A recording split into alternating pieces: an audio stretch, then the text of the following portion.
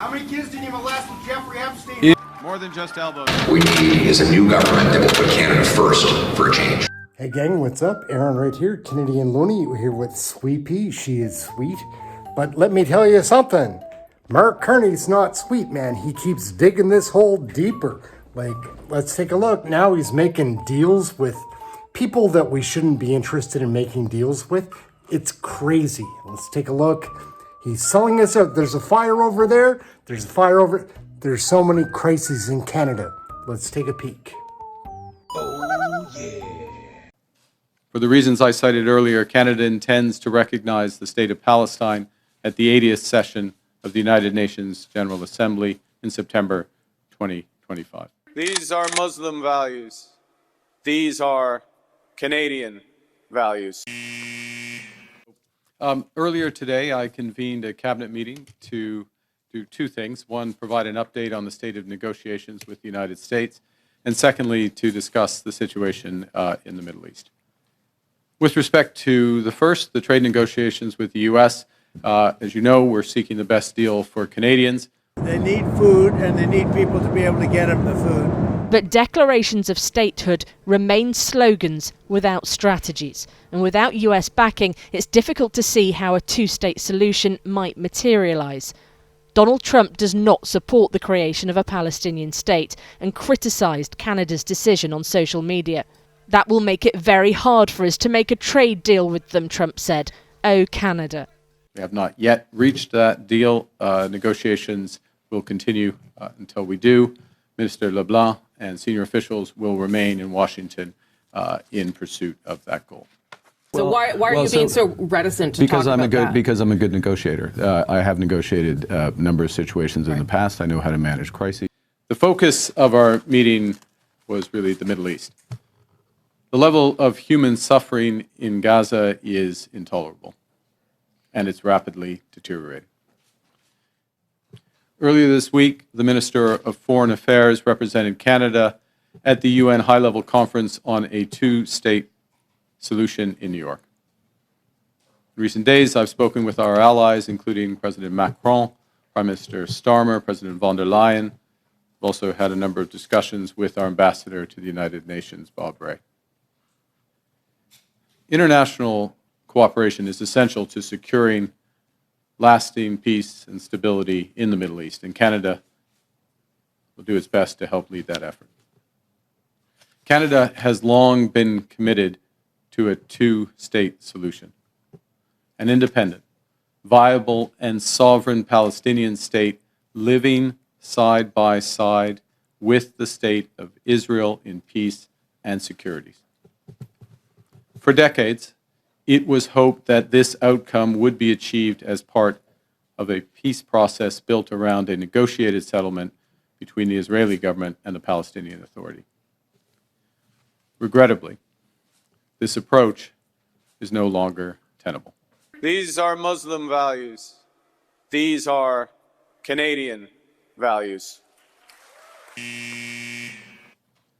Prospects for a two-state solution have been steadily and gravely eroded, including by the pervasive threat of Hamas terrorism to Israel and its people, culminating in the heinous attack of October 7, 2023, and the terrorist organization Hamas's long-standing violent rejection of Israel's right to exist and its rejection of a two-state solution.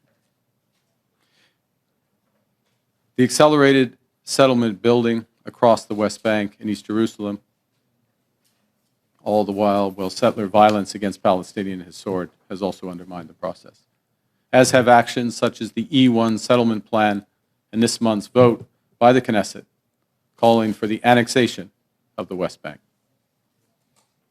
and the ongoing failure of the Israeli government to prevent the rapidly deteriorating humanitarian disaster in Gaza, with impeded access to food and other essential humanitarian supplies.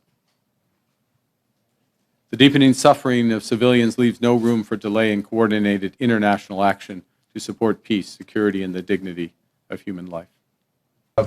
Happy birthday. A few days short. A little bit. A few days short, but didn't have a chance to see you on the day. Preserving a two-state solution means standing with all people who choose peace over violence or terrorism. And it means honoring their innate desire for peaceful coexistence of Israeli and Palestinian states as the only roadmap for a secure and prosperous long-term future. Oh, yeah. For the reasons I cited earlier, Canada intends to recognize the State of Palestine at the 80th session of the United Nations General Assembly in September 2025. This intention is predicated on the Palestinian Authority's commitment to much-needed reforms, including commitments by the Palestinian Authority's President Abbas to fundamentally reform its governance, to hold general elections in 2026 in which Hamas can play no part, and to demilitarize the Palestinian state. Canada will increase its efforts in supporting strong democratic governance in Palestine and the contributions of its people to a more peaceful and hopeful future. I spoke today with President Abbas at length to reaffirm his commitments. Canada reiterates that Hamas must immediately release all hostages taken in the horrific terrorist attack of October 7th, that Hamas must disarm, and that Hamas must play no role in the future governance of Palestine. Canada will always steadfastly support Israel's existence as an independent state in the Middle East, living in peace and security.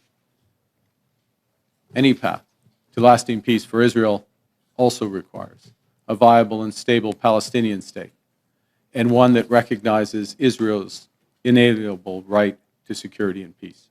You said you came to this decision independently, so you're saying you would have come to this without France or the UK making this decision? No, look, I mean, I meant independent of the United States. But yes, it does matter that others are moving. It does matter because it increases the prospect of success. But the core of the decision is taken on the principle that of self-determination and the rights of people to self-determination. These are Muslim values. These are Canadian values. We have long, Canada, speaking for Canada now, have long felt that this should come later in a process, and that our recognitions, other recognitions, the State of Palestine, should come at a point of maximum impact during a peace process. We're now at a position, I'm sorry to repeat myself, where in our judgment and the judgment of others, is that the prospect of a Palestinian state is literally receding before our eyes, or being eroded before our eyes. And so the act of the intention to recognize, which is what we're saying today, and working with others to support a Palestinian state, possibility of a Palestinian state, reestablishes that opportunity. David Turton, CBC.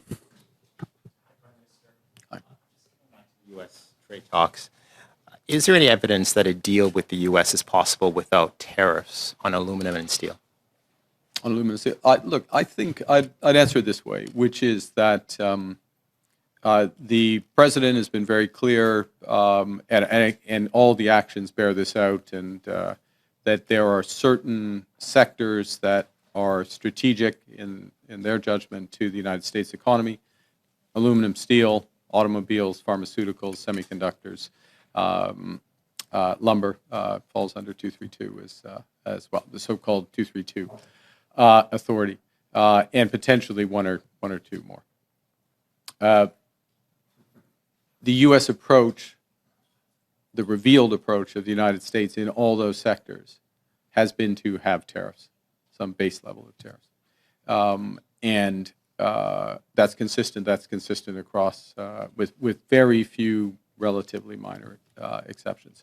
So if we're speaking in general terms, those are the priors. That's the case. Obviously, in any broader deal, there are gives and takes, and there's various factors. But I think we have to recognize that in the strategic sectors, again, as defined by the United States, what's strategic to them, that they have tariffs. Okay. And just coming back to the recognition of a Palestinian state and the conditions that, well, the assurances, excuse me, that you've been given by the Palestinian Authority, elections, reforms, non-militarization. Just coming back to that issue of elections, how do you expect them to hold elections in Gaza when you see the devastation? Yeah. And when you see the occupation by the Israelis in the West Bank, how can they hold elections? Look, there are. I mean, clearly that's not a possibility now. It's not a possibility in the near term. And part of this again is, let's go back to where we're starting, which is we are working ourselves with others to preserve the possibility of a two-state solution. To not allow the facts on the ground, deaths on the ground, the settlements on the ground, the expropriations on the ground, to get to such an extent that that this is not possible. Much has to happen in order for a democratic, viable state is established in Palestine. We fully recognize that, and we're committed to help work as part of that process. But I'm not in any way, shape, minimizing the scale of that task.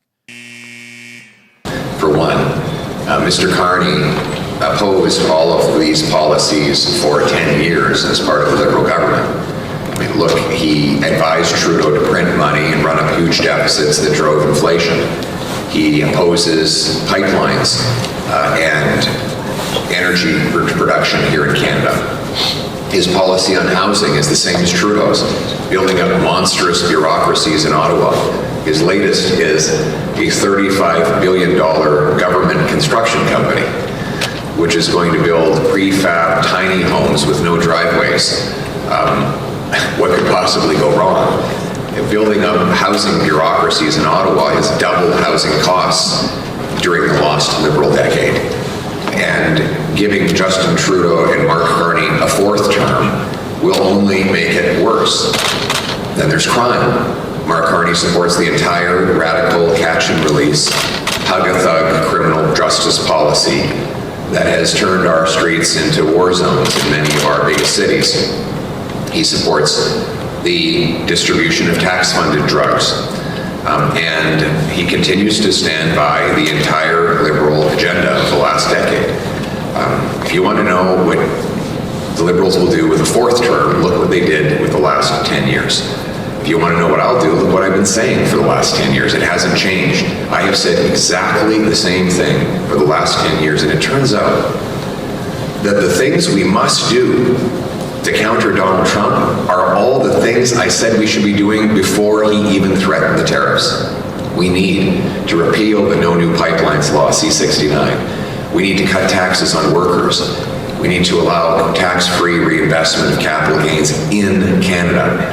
We need to take taxes off new homes so that we can employ our trades workers in a field that doesn't require the Americans, that is to say, building homes on our own soil.